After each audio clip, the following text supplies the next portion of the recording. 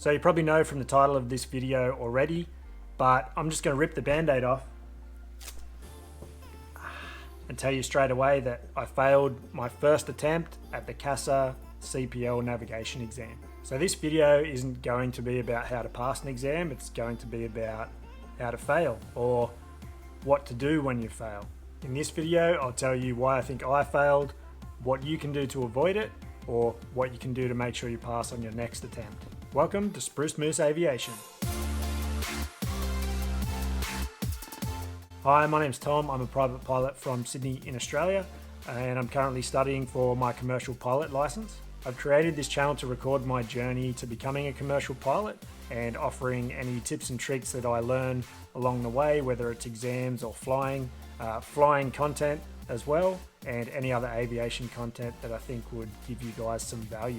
So if you haven't subscribed already, please consider it. So I'll give you my results straight away. There we go, 63%. The pass mark is 70%. So yeah, I'm okay about it, really. It's not like I had a personal goal to pass all of the exams first time or anything.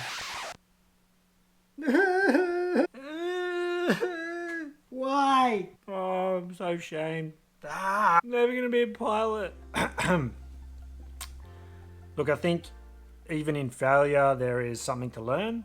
The last thing you want to do is get yourself down about it, lose motivation or confidence in your ability. But before I get into the reasons why I think I failed, I just want to say that I'm not making any excuses here. If I'm being honest, I think I got what I deserved. I'm simply going to look at all the factors around this exam so that next time I can be more prepared. And hopefully this video can help you to not fail the first time around or motivate you to pass the next time if you have failed the exam. So leading into this exam, I finished the theory classes about 2 months prior to the exam, and I couldn't sit it straight away because at the time we had COVID lockdowns in Sydney for both the exam centre and for flying.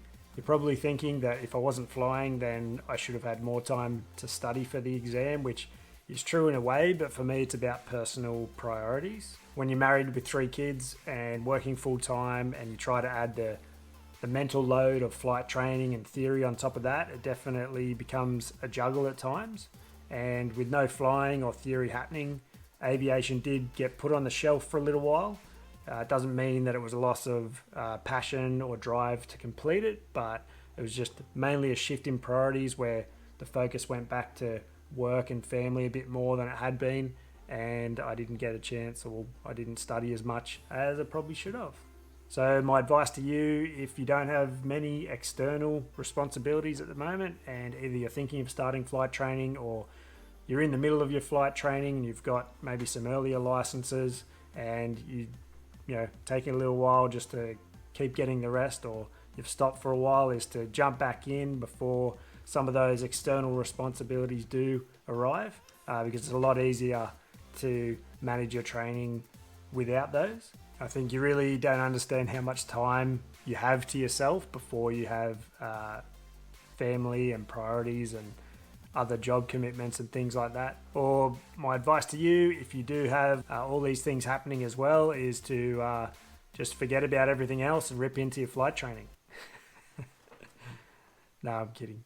I know it's not that simple and it's not just about pushing these responsibilities to the side, but there is definitely time in the day if you go looking for it, and if you can manage to keep yourself motivated, then yeah, you definitely find the time. Maybe cancel that Netflix account, put everything that you do during the week into a diary, and you'll find that there's gaps there that you can fill it with study, fill anything you can with aviation, and share it with your partner, and just make sure that everyone in your life is on board with that period of time where you need to study, and that everyone knows that it's locked in and that's the study time. You'd be surprised at what you can find and how much time you can find to get it done. And if you still can't find any extra time and aviation is really your dream, then there are options out there. You might want to look at changing your job. I personally changed my job for aviation to one that suited flying and studying and still earning a decent wage. So there's definitely jobs out there that you can find that will fit in better with aviation. And if that's your main goal, then I see no issue in changing a job to chase your aviation dream. But let's get back to why I think I failed the exam. Basically, I didn't follow my own system. I had a system I was using that was getting me through the exams, and my exam was already booked in, and I thought, I'll just go and give it a try. Deep down, knowing that I hadn't done everything that I could to give myself the best opportunity to pass the exam, which is why I said earlier in the video that I think I got what I deserved. I gambled a little bit on, my knowledge being around that 70% pass mark and hoping that I did. And it didn't pay off, and I got 63%, which is the wrong way to be approaching these CASA exams. And I've learnt my lesson. I will not be doing that again. So if you've seen my other exam videos, you probably know roughly the process that I use. But for anyone that hasn't, I'll outline it quickly here again for you.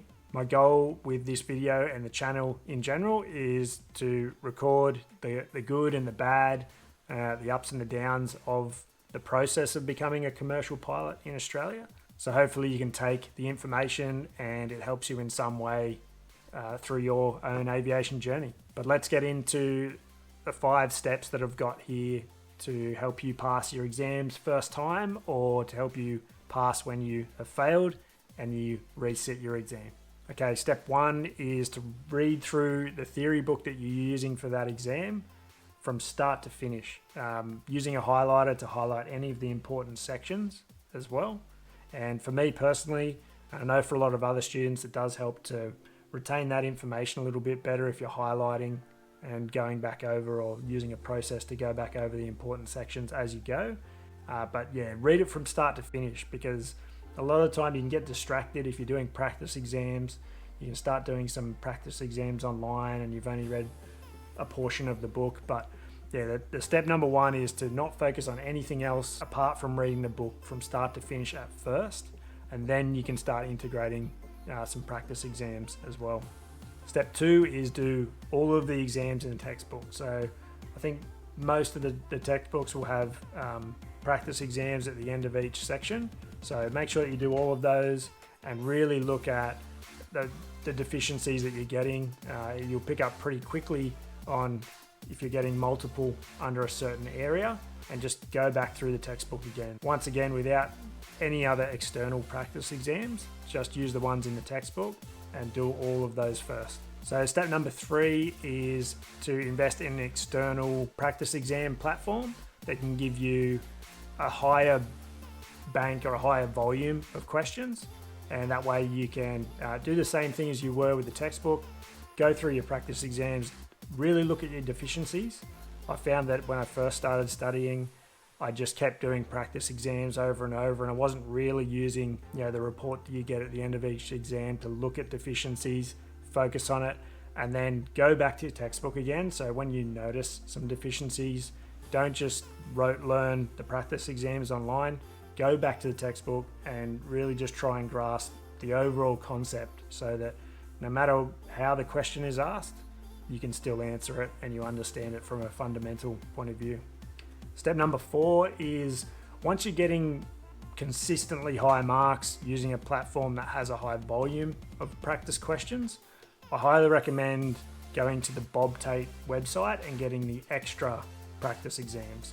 You get less, and it is a little bit pricey for only 3 or 4 practice exams, but they're structured the same way that CASA are. And from my experience so far, is that those are the questions that are the most similar and the similar style of questioning to the actual CASA exams. And step number 5 is to aim for the highest marks possible in the Bob Tate online exams. So if you're getting hopefully over 90%, but even maybe 85, 90% in the Bob Tate online exams, then once you're hitting those, then you should be more than ready to pass the actual CASA exam. So I'll definitely be focused on these 5 steps personally. My own advice, I'll follow my own advice again from now on, and hopefully I'll be sharing a pass mark in my next video on the navigation exam. But I have passed another exam which I haven't done a video on yet, and that should be coming along shortly. So if you haven't subscribed yet, please consider it, and I'll see you in the next one. Boom.